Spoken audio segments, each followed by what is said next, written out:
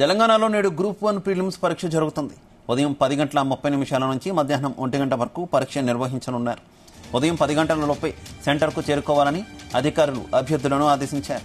ఆ తర్వాత వస్తే అనుమతించబోమని స్పష్టం చేశారు. ఈ పరీక్షకు రాష్ట్ర వ్యాప్తంగా 4.3 లక్షల మంది అటెండ్ కానున్నారు. ఇందుకు గాను రాష్ట్ర వ్యాప్తంగా 31 జిల్లాల్లో 897 పరీక్షా కేంద్రాలను ఏర్పాటు చేశారు.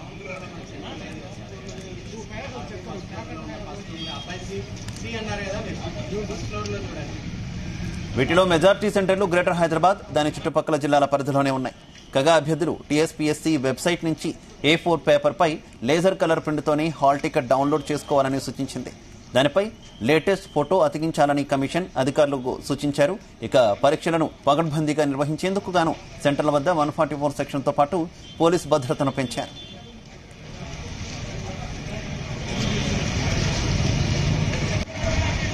ఇక అభ్యర్థులు తమ వెంట తప్పనిసరిగా ఫోటో ఐడెంటిటీ కార్డు తెచ్చుకోవాలని అధికారులు సూచించారు.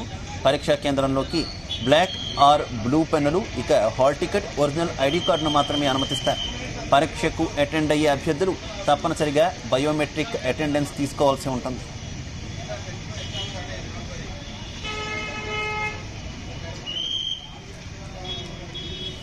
రైట్, ఇదే విషయానికి సంబంధించి మరింత సమాచారం మా కరెస్పాండెంట్ నగేష్ అందిస్తారు. నగేష్, ఈ రోజు తెలంగాణలో గ్రూప్ 1 ప్రిలిమ్స్ పరీక్ష జరుగుతుంది కదా, డీటెయిల్స్ ఏంటి?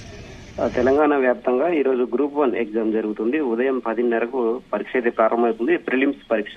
ప్రిలిమ్స్ సంబంధించి అధికారులు అయితే పూర్తి స్థాయిలో ఏర్పాట్లు చేశారని చెప్పుకోవచ్చు.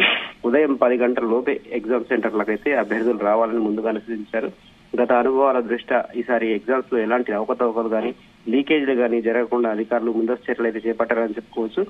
అన్ని జిల్లాల వారీగా హెల్ప్ లైన్ డెస్క్లు ఏర్పాటు చేశారు. కమిషన్ వెబ్సైట్ ద్వారా కూడా ఇప్పటికైతే ప్రచారం చేశారు.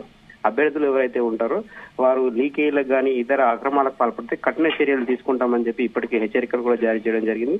రాష్ట్ర వ్యాప్తంగా దాదాపు 897 పరీక్షా కేంద్రాలు అయితే ఉన్నాయి. వీటిలో 4,03,000 మంది అయితే ఎగ్జామ్ అయితే రాయబోతున్నారు. సంబంధించి పూర్తి స్థాయిలో ఏర్పాట్లు అయితే చేశారు. అటు కమిషన్ కావచ్చు, ఇటు పోలీస్ యంత్రాంగం కావచ్చు, పూర్తి స్థాయిలో ఏర్పాట్లు చేసి ఎక్కడికక్కడ తనిఖీ కేంద్రాలు చేయడం, బయోమెట్రిక్ తో పాటు ఎవరైతే గతంలో ఈ ఇన్విజిలేటర్లు ఉంటారో ఆ ఇన్విజిలేటర్ల వాళ్ళ బయోడేటాను కూడా వాళ్ళు పరిశీలించడం జరిగింది. గత అనుభవాల దృష్ట్యా లీకేజీ వ్యవహారంలో ఇన్విజిలేటర్ల పాత్ర కూడా ఉన్న నేపథ్యంలో ఈసారి అలాంటివి రిపీట్ కాకుండా ఇన్విజిలేటర్ల వాళ్ళ డేటా కూడా సేకరించిన తర్వాత ఇన్విజిలేటర్లు పరీక్షా కేంద్రాలు సెల్ ఫోన్లు తీసుకెళ్లకుండా జాగ్రత్తలు తీసుకోవడం అనేది చేశారు. ఇప్పుడు ప్రతి పరీక్షా కేంద్రంలో సీసీ కెమెరాల ద్వారా అయితే నిఘా అయితే ఉంచారని చెప్పుకోవచ్చు. ప్రతి 20 పరీక్షా కేంద్రాలకు ఒక ఆర్సీ చొప్పున ప్రాంతీయ సమన్వయకర్తలను అయితే నియమించడం జరిగింది. వీరు ప్రతి అరగంటకు గంటకు ఒకసారి 2-3 పరీక్షా కేంద్రాలను అయితే తనిఖీ చేస్తారు. ఫ్లయింగ్ స్క్వాడ్ల ద్వారా ఎప్పటికప్పుడు తనిఖీ చేసి ఎక్కడైనా అనుమానిత పరీక్షా కేంద్రాలు ఉంటే ఇమీడియట్ గా అక్కడ పోలీసు యంత్రాంగాన్ని తీసుకెళ్లి అక్కడ కొంత తనిఖీలు కూడా చేసే అవకాశం ఉంది.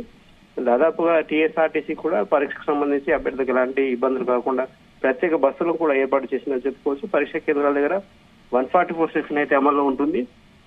ఇటు జిల్లాల్లో కలెక్టర్లు ఇప్పటికే 3-4 సార్లు రివ్యూలు చేశారు.